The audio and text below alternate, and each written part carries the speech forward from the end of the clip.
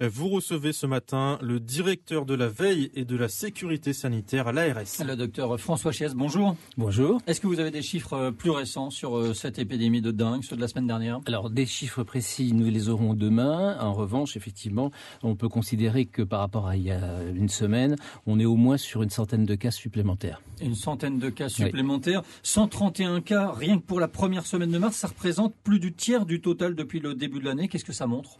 Ça montre qu'il y a effectivement une circulation importante dans la zone ouest, en particulier autour de Saint-Paul.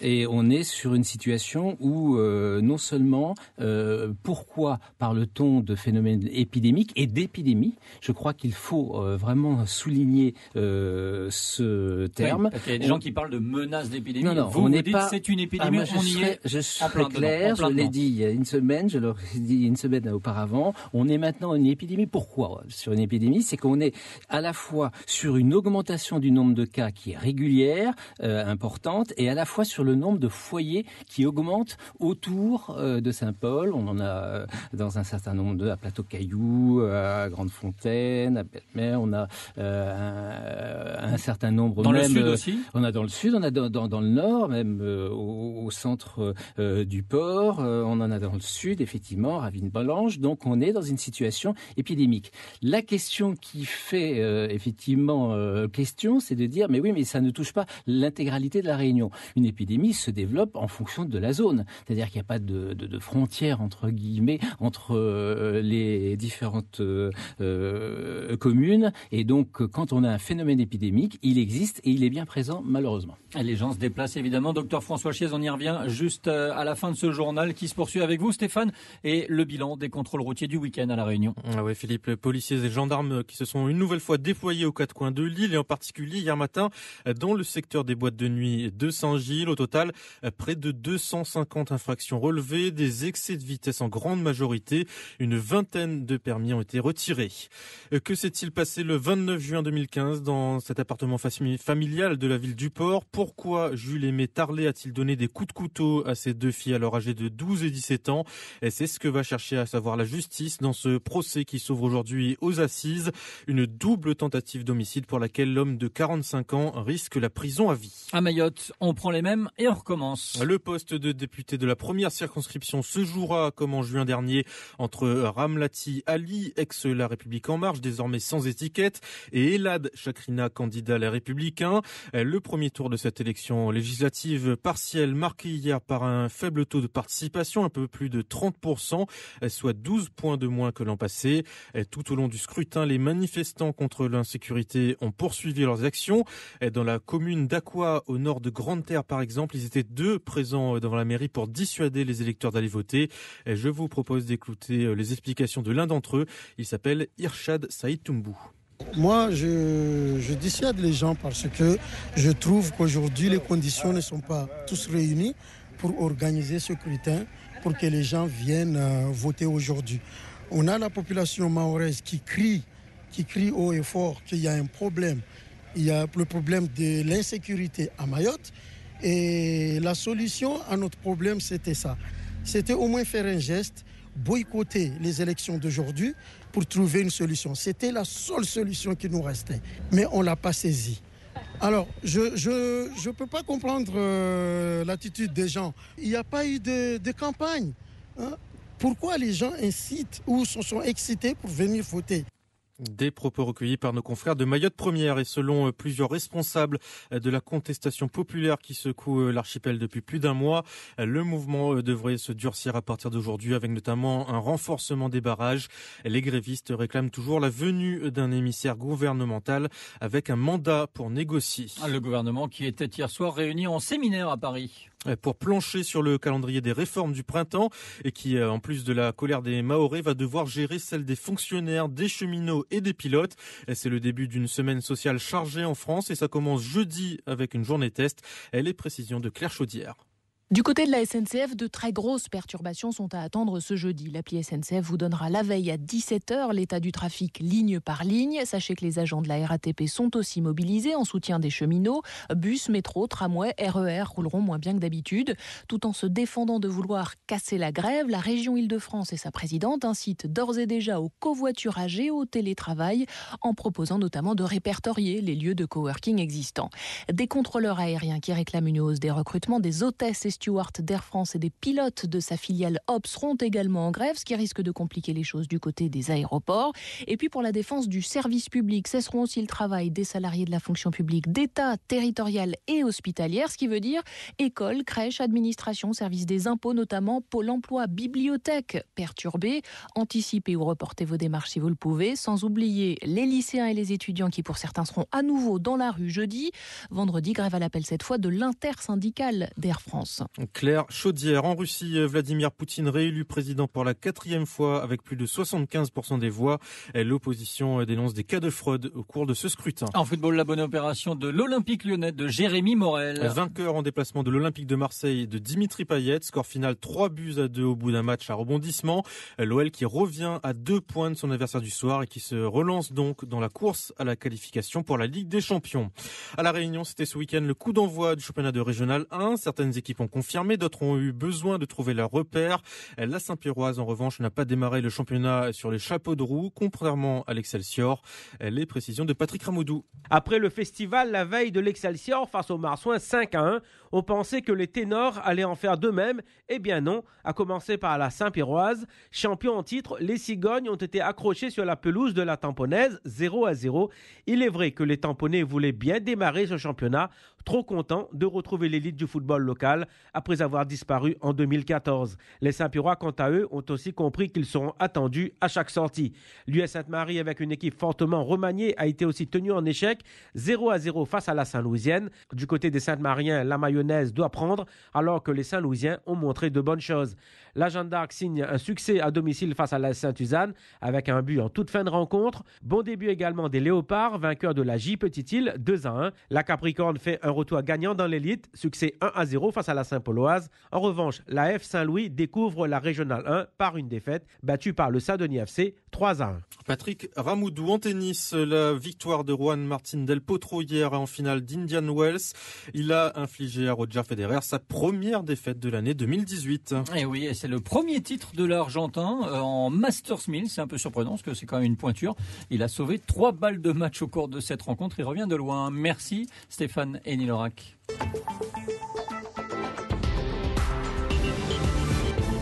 7h11 sur la première.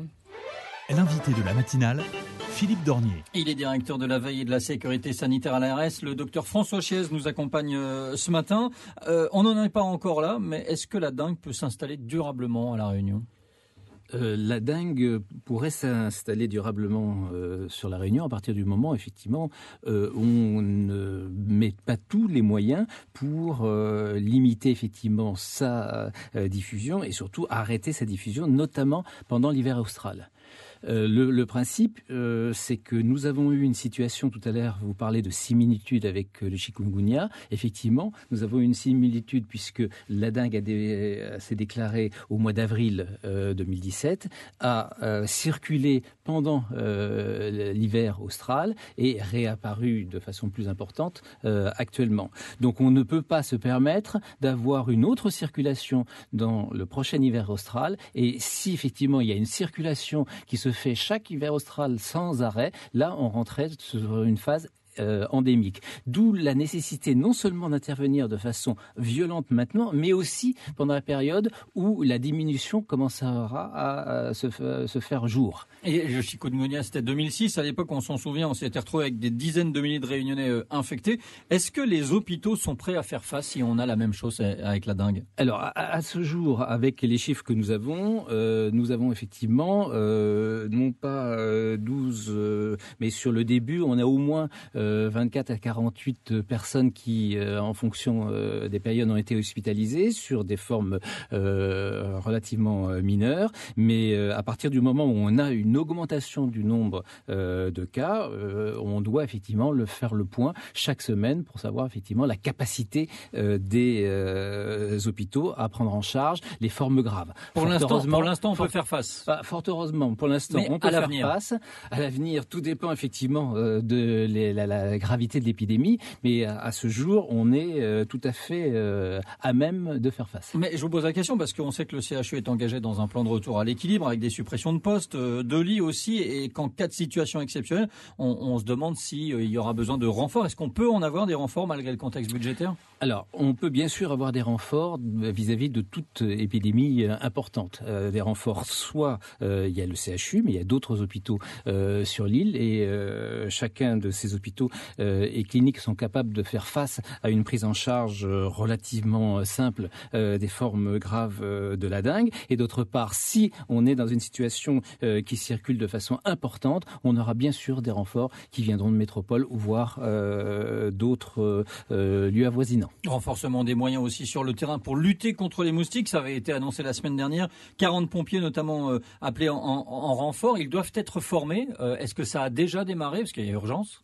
La formation des pompiers est en cours et donc effectivement ils seront sur le terrain à la fin de la semaine de cette semaine. On avait une information comme quoi la formation débutait vendredi à Saint-Paul. C'est une information qui est juste. Donc la formation n'a pas commencé. Non, la formation n'a pas commencé. On est dans une période, ça vous a pas échappé, de congés. Les structures de formation ne sont pas disponibles. Il n'empêche que des formations préalables avec les agents de la lutte antivectorielle de l'ARS sont en cours. De même, l'ARS a augmenté le nombre de membres de la lutte antivectorielle en prenant des intérimaires qui sont eux aussi formés. Nous avons alors deux actions. Vous voyez bien dans la question que vous posez, il y a à la fois les actions sur les larvicides, à la fois les actions sur la démoustication, mais aussi des actions qui doivent être prises dans le cadre du plan Orsett et qui ont pris du retard au niveau d'un certain nombre de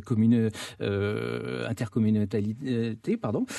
Et donc ce retard est probablement, on pourra le comprendre, il y a eu de nombreux passages de cyclones ou d'éléments météorologiques, mais à ce jour... Mais qui nécessite justement qu'on accentue la lutte. Et là, vous nous dites qu'il y a du retard. La baisse du nombre de CUI, de CAE, des contrats aidés, ça complique la bataille aussi ? Alors, cette baisse, on y travaille avec la préfecture et on a déjà d'abord 250 emplois verts proposés par la région et on ne peut que s'en réjouir. On a une réflexion sur ces emplois PEC devenus qui ont remplacé effectivement les emplois aidés et nous avons probablement une possibilité de mobiliser les communes autour d'une forme intermédiaire de ces emplois et je suis persuadé qu'on va arriver effectivement à une situation pour avoir un nombre suffisant pour que les communes